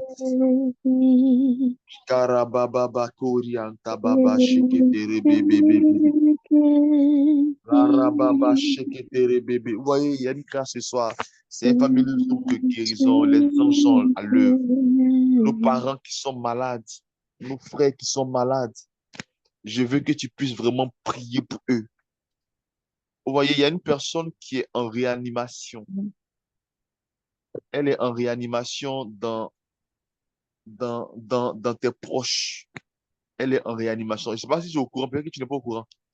Mais la personne est visitée à l'instant T par la puissance du Saint-Esprit. Oh Seigneur, guéris nos frères et sœurs, guéris nos corps. Tous ceux qui ont un problème de cœur, le Seigneur vous touche ce soir. Vous voyez, quand je prêchais, j'ai parlé des kystes. Le Seigneur fait casser le kyste. Il fait exploser tout ce qui est maladie des femmes, maladie liée aux ovaires. Au nom de Jésus, la puissance de Dieu véritablement te touche, te restaure et te Dans guérit. le monde entier, les cœurs sont touchés, les malades guéris, confie en Que le vent du sud, le vent du nord, le vent de l'est et de l'ouest ce Jésus. soir entre dans C'est nos le maisons et apporte la Saint-Esprit guérison. qui Apporte la agit guérison. dans Apporte la cette guérison. vie, Wow. Merci dans ce Saint-Esprit. beau pays, Merci Saint-Esprit. ce Et continent. soufflez dans ce continent, dans nos maisons. dans le monde Esprit, entier. là où nous sommes actuellement. Les cœurs sont Larakeketelebo, touchés, shakarababa. De souffler dans les notre travail, malades de guéris, souffler véritablement dans notre vie dans le spirituelle. vie en Souffle, Saint-Esprit, souffle. Jésus. C'est le Saint-Esprit qui agit cette Alléluia. vie. La sœur, Amen. le frère, la sœur Kwao dit, mon petit garçon est constamment enrhumé et tous. Voilà. Tu vois, ton enfant, il est constamment, comme je disais tout à l'heure, il est constamment malade. J'ai vu également une toux. Mais je te dis la vérité, la puissance du Saint-Esprit le touche maintenant. Dans le monde Je veux que tu mettes le nom de ton enfant entier, en commentaire. Kwao, Madame Kwao, Monsieur Kwao, je ne sais pas. Mais simplement son nom. Que l'ange de l'Éternel le localise à l'instant T, là où il est actuellement. Là-bas. Je déclare la guérison dans sa vie. Je déclare la guérison dans la vie de cet enfant. Je déclare la guérison totale au nom de Jésus. C'est le Tano Alex Saint-Esprit Tarnessi. Je déclare la guérison, Seigneur mon Dieu, mon roi. Que le sang de l'agneau de maintenant vie. nettoie sa gorge. Alléluia, gloire. Nettoie, je mets fin au règne de la maladie. Ce Je mets beau fin véritablement à tout ce qui est de médicament répété. Je mets fin continent. à tout ce qui est médicament répété ce soir. Je chasse la maladie, l'esprit de maladie. Tu es vaincu de la vie. Décris cette vie au nom de Jésus. Rakababa, shakarababa. Oh, ce sont les parents, ce soir, priez pour vos enfants. Malade Priez pour vos enfants avant de dormir. guéris. Invoquez le Saint-Esprit. Étendez la main dans la chambre de vos enfants ce soir et réclamez l'onction de guérison. Tous ceux qui sont à Marados et Debo. Voyez, ce soir, j'ai vu beaucoup de toux. Il y a des toux qui ne finissent pas là. Le sang de l'agneau est en train de vous localiser maintenant. Il localise la toux de Constance Taoubé. Il localise la toux. Ouais. Alléluia. On va marquer une pause. Et pendant que je parle maintenant, la sœur Constance, elle dit, je souffre d'une toux qui ne finit pas aussi. La toux que tu as reçue, je vois dans mon esprit que tu l'as reçue en songe. Tu l'as reçue en songe. Tu l'as reçue en songe. Tu l'as reçue en buvant une substance pendant ton songe. Mais ce soir, le Seigneur vient à ton secours, sœur. Amen. Sœur Constance, Dieu vient à ton secours ce soir. Je casse au nom de Jésus-Christ le règne de la toux maléfique. Que le sang de l'agneau restaure toutes les cellules de nos corps. Que Jésus-Christ, par son rayon de guérison, maintenant, guérisse tous ceux qui sont malades et qui entendent ce message. Au nom de Jésus-Christ de Nazareth, que la puissance de guérison soit à l'œuvre. Toutes les maladies qui sont récessives, qui sont cachées dans nos sangs et qui se révèlent de façon périodique, ces maladies-là sont... Vous voyez une personne parmi nous, le travail que les gens ont fait dans le monde spirituel que je vois, c'est que la maladie s'active lorsqu'il y a la pleine lune. Lorsqu'il y a la pleine lune. Lorsqu'il y a la pleine lune, la maladie s'active. Et il est dit dans le psaume 121, la nuit, la lune ne te frappera pas et la journée, le soleil ne te frappera pas. Je maudis ce soir au nom de Jésus-Christ. Amen. Tout ce qui est maladie périodique dans ta vie. Amen. Karaba, shakaraba. Là où tu es, pendant que tu m'entends, il faut invoquer le sang de l'agneau sur toi. Ce soir, c'est une nuit du sang de l'agneau. Il est bon Tout le monde fait des songes. tu passes Il faut sans invoquer le sang de toucher. l'agneau là-bas. C'est sérieux, ce n'est pas du jeu. Hein. Invoque le sang de l'agneau. Seigneur, j'invoque ton sang dans mes salons, dans mes chambres. comme À ça. Invoque le sang de l'agneau maintenant. Dans ton corps, dans ton âme, dans ton esprit. Invoque le sang sur le mur. Oh, prie, prie, prie, prie, prie, prie. Invoque le sang dans le sous-sol de ta maison. Invoque le sang dans la cuisine. Invoque le sang de l'agneau. Rabba shaka ba ba ba ba ba ba ba. Lo raka ba ba shekere bebe korianda ba ba ba shekere bebe. Ko rabba sakata rabba shekere bebe bebe. Lo raka ba. Père, que ton sang ce soir neutralise les yeux des ténèbres dans nos vies. Marababa. Que ton sang accorde la guérison, my God, la restauration des fréquences au nom de Jésus. Oh, yanda ba o shekere bebe. Père, que Thierry soit guéri, Seigneur. Père, que Sonia soit guérie de l'insomnie. Père, que Kosori Marie-Elvie soit guérie ce soir. Nous prions pour que nos vies soient restaurées totalement. Père, ce soir, tu nous donneras de vivre une grande nuit. Oh, alléluia. Alléluia. Vous voyez, ce soir, on va vivre une grande nuit de délivrance. Pendant la nuit, le Saint-Esprit sera à l'œuvre dans nos vies. C'est parce que nous sommes dans la souffrance souvent, dans la maladie, qu'on n'arrive pas à avoir une bonne vie de prière. Mais le Seigneur est en train de guérir une personne. Cette guérison sera très miraculeuse. La scène tu vas attendre un peu le cantique. Le Seigneur est en train d'opérer une grande guérison dans la vie des personnes ce soir. Vous voyez, c'est rare qu'on passe un zoom où on est orienté vers la guérison. Le Seigneur veut guérir. Il vient avec la puissance de Dieu. Cette nuit-là, dites merci à Dieu. Parce que le Saint-Esprit de Dieu est en train d'opérer. Je vois beaucoup de guérisons. Vous voyez, je vois les ossements desséchés reprendre vie. Je vois les maladies qui étaient jugées maladies incurables, maladies génétiques. My God, le Saint-Esprit est en train. Vous voyez, il y a 4 personnes qui vont témoigner puissamment à partir de la semaine prochaine. Et pour les autres, ça va aller, ça va se manifester dans les jours prochains. Mais à l'instant T, le Saint-Esprit est en train d'opérer de grandes délivrances. Vous voyez, il y a quelqu'un à ce moment qui est couché. Tu as un parent qui est malade, mais à l'instant T, là, il va t'envoyer un texto pour dire ça commence à aller. Parce que la main de Dieu est à l'œuvre. L'onction de Dieu est à l'œuvre. Père, visite les familles au Bénin, en Côte d'Ivoire, au Togo, partout dans le monde en France. Visite les familles ce soir. Visite-nous ce soir par le feu sacré du Saint-Esprit, par la puissance de ton onction. Père, guéris toutes sortes de maladies, papa. L'orababa, sheketelebelebe. Guéris Abi Karim, guéris Mike. Tous les malades, Seigneur, guéris-les ce soir. Père, merci pour ce temps. Il y a une personne, il faut m'écouter bien.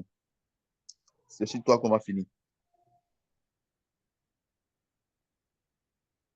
Le problème de ta vie, là, ce n'est pas autre chose.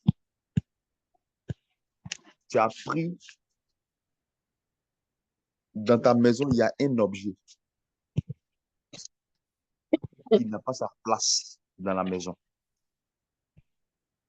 Je ne dirai pas plus. Il y a un objet qui n'a pas sa place dans ta maison. Je ne dirai pas plus. Cet objet est un hôtel. Tu sais de quoi je parle. Fais ce que tu as à faire et va à la confession et le Seigneur te donnera la délivrance. Seigneur, nous te confions nos nuits. Nous te confions ces 62 personnes qui sont restées jusqu'à la fin. Tu as voulu que nous gravissions un premier pas de cette montagne sainte. Mais ce soir encore, tu nous donnes la grâce de la guérison. Continue à opérer des signes dans nos vies. Continue à visiter les personnes dans les maisons. Pendant que je prie, là, il y a quelqu'un qui est en train de faire le chapelet. Ton chapelet dans ta main. Ton chapelet dans ta main actuellement. Ton chapelet dans ta main. C'est où? Continue le chapelet. Je vois quelqu'un en train de faire le chapelet pendant qu'elle écoute le message. My God. Ce chapelet que tu fais actuellement là est en train de déployer une puissance dans ta maison. Et la Vierge Marie vient à ton secours. Que tous les malades cités dans le chat, Seigneur, reçoivent la guérison. Je vous salue, Marie, pleine de grâce. On peut ouvrir le micro. Le Seigneur est avec vous. Georgette, vous êtes bénie entre toutes les femmes et Jésus. Et Jésus, Jésus, le fruit de tes Georgette, entrailles est béni. Marie, Mère de Mère Dieu, de Marie, Dieu, Mère de Dieu, Jésus, mon péché, espère-nous tous. Là, maintenant il y a l'heure de et notre à l'heure mort. de notre mort. Amen. Amen. ainsi cet esprit, cette nuit sera une nuit de prière. Georgette, le chapelet est dans ma main. Voilà. Quand on coupe le live, Georgette, quand on coupe le live, tu continues le chapelet jusqu'à la fin. Il y a une grande délivrance, il y a une grande réponse que Dieu t'accordera par la grâce. Sœur Georgette, je t'ai vu en train de prier le chapelet. Faut couper le micro, on n'entend plus rien. On n'entend pas bien. On n'entend pas bien, faut couper le On va micro. fermer les micros et on donne les informations des faits. S'il vous plaît.